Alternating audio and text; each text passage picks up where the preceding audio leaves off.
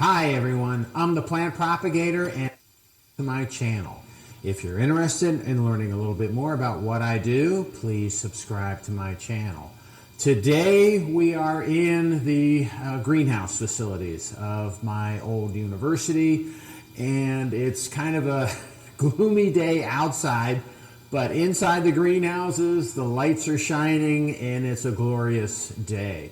What I want to do today is give you an update of some of these plants that are in the greenhouses, but also tell you a little bit about why I became a plant propagator. The main reason is I just really enjoy plants. I enjoy plant sciences, and I enjoy propagating plants. I enjoy taking seeds. All these orchids are from seeds. I enjoy taking seeds and growing them and seeing what I get, and seeing how you can get such a large plant out of such a tiny seed.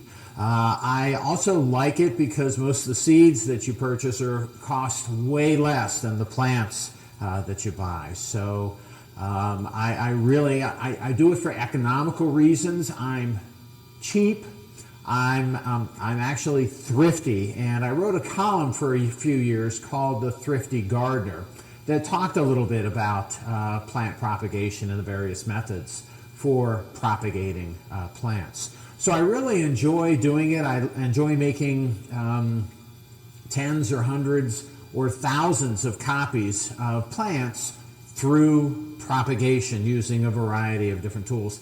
And as a scientist, and as my former role in the university as a faculty member and as a research scientist, I really enjoy trying to understand how plants propagate, really on the cellular level and at other levels as well. It was a really exciting field, and still remains that way to this day.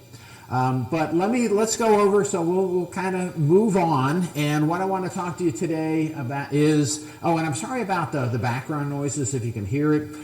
These lights are shining on me, and there may be a little bit of a sound associated with these lights as they're shining. And our exhaust fans in the greenhouses may turn on as well. So let's just kind of see how things go today.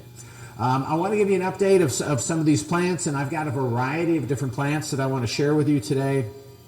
The first thing are these Cattleyas, and these Cattleyas are from seeds that I put in culture about a little more than 2 years ago. So I put them in culture, I grew them from a seed, I deflasked them, and they've been growing in the greenhouses, and they do really well in the greenhouses. And you know, I don't have any other plants in these greenhouses. I used to do my research in these greenhouses with with corn and soybeans, but apparently they like pretty much the same conditions. I did install this misting system, so they love that. The orchids really like that. There aren't really any other orchids in any other of the rooms in these greenhouses, but the orchids tend to do well. And what you'll find is that these orchids, because the environment is so consistent, these orchids really grow fast.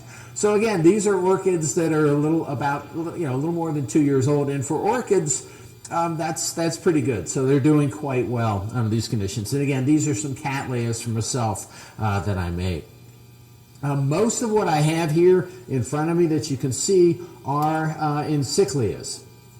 And these encyclios, it's the same thing. These were generated from plants. They were put in culture a little more than 2 years ago, and they're also doing incredibly well. Some of these guys have just phenomenal root systems that grow over the pots or out from underneath the pots, and they just are doing well. I've mounted a lot of these in trees in Florida, and I've got a lot more of these yet to mount. So I've got a few hundred of these plants here.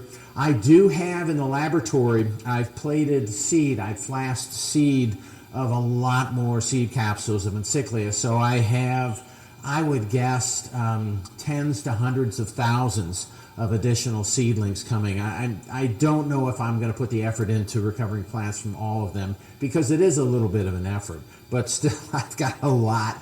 I've got a lot of Encyclia tampensis seedlings that I will be growing out and potentially mounting in the trees in Florida and around my house and neighborhood and everywhere. Another plant that I want to show you, in addition to the encyclias, are these Dendrobiums. And these Dendrobiums are also growing well. They aren't growing as well as some of the other Dendrobiums that I'm going to show you in just a minute. I deflasked these a while ago, and I think when I took them out, they were a little bit small. And the plants that you deflask when they're too small just don't tend to do that well. And this is something that I'm learning as I go along here. So, and as an example of this, I have these other Dendrobiums here that were deflasked actually after the first group that I showed you. So this is a later group, a younger group, but they're much larger because when I deflasked them, they were a little more of an appropriate size. They were a little larger.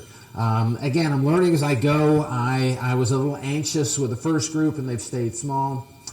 This second group right here is these plants are just doing, they're just they're doing a lot better, and some of them are nicely tall. The other thing that I want to show you is just kind of off the field of what you can see, and this is another group of Dendrobiums from a different seed capsule.